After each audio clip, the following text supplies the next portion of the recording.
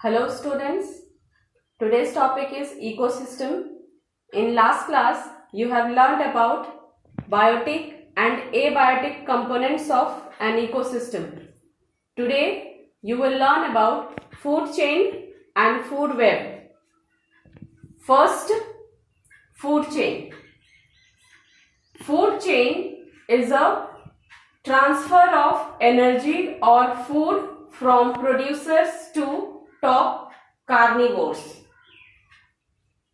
or you can say it's a sequence of interlinked organisms which involves transfer of energy from producer to top carnivore.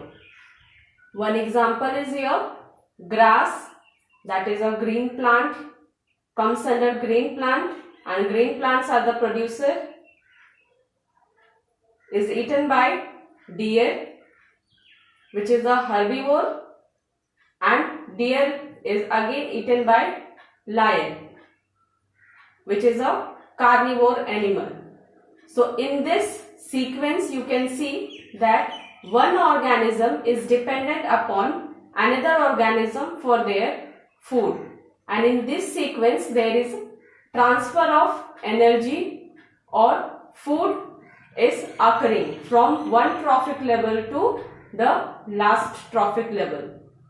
Food chain can be of 2-step food chain, can be of 3-step food chain, and it can be of 4-step food chain.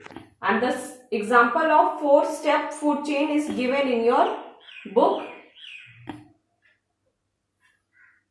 So just go through your textbook for that example. And in a food chain, the transfer of energy is always unidirectional. As you can see here, the energy transfers from grass to lion. It is in one direction only. And that energy transfer, that is only 10% occurs. The 90% of the energy is lost in the environment in the form of heat.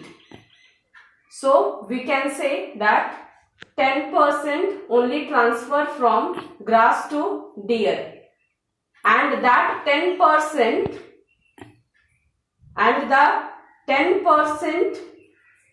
of that 10% which is received from grass will be transferred to lion. So step by step the energy is lost, and the last trophic level animal will receive a lesser amount of energy. Now another examples are given in your book, just go through them. Now the next is food web. Food web, it's a network of food chains.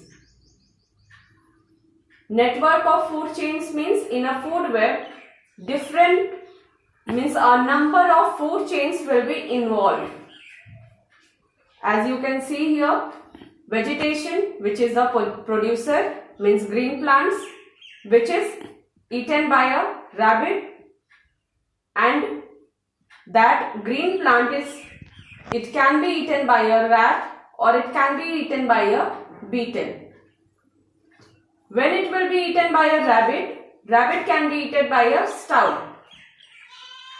Stoat is in Hindi it is called as udbilao, which is a carnivore animal, and that rabbit also it can be eaten by a owl, and the same rabbit also can be eaten by a fox.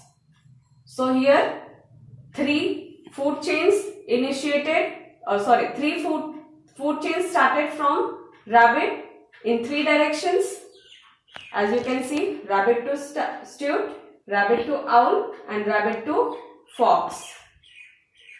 Now when vegetation is eaten by a rat can be eaten by a owl, and that rat can be eaten by a stoat, and that rat can be eaten by a fox.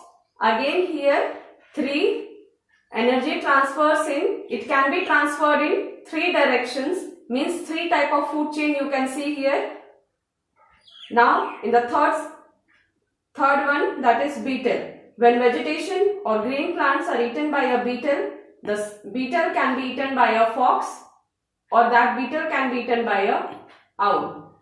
So here you can see 2 food chains are there. So it's a network of food chain, that is called a food web.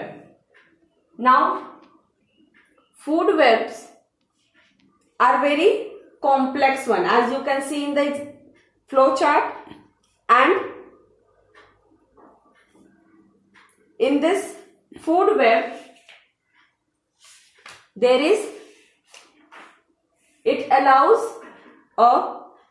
it permits alternative food. As you can see here, that it provides a alternative food, means stout, it has 2 options here, rabbit and rat. At the same time, for fox here 2 options are there, beetle and rat. So food web permits alternative food, and it ensures a better chance of survival of an organism, and it provides more stability to an ecosystem than a food chain. For more detail, just go through the textbook.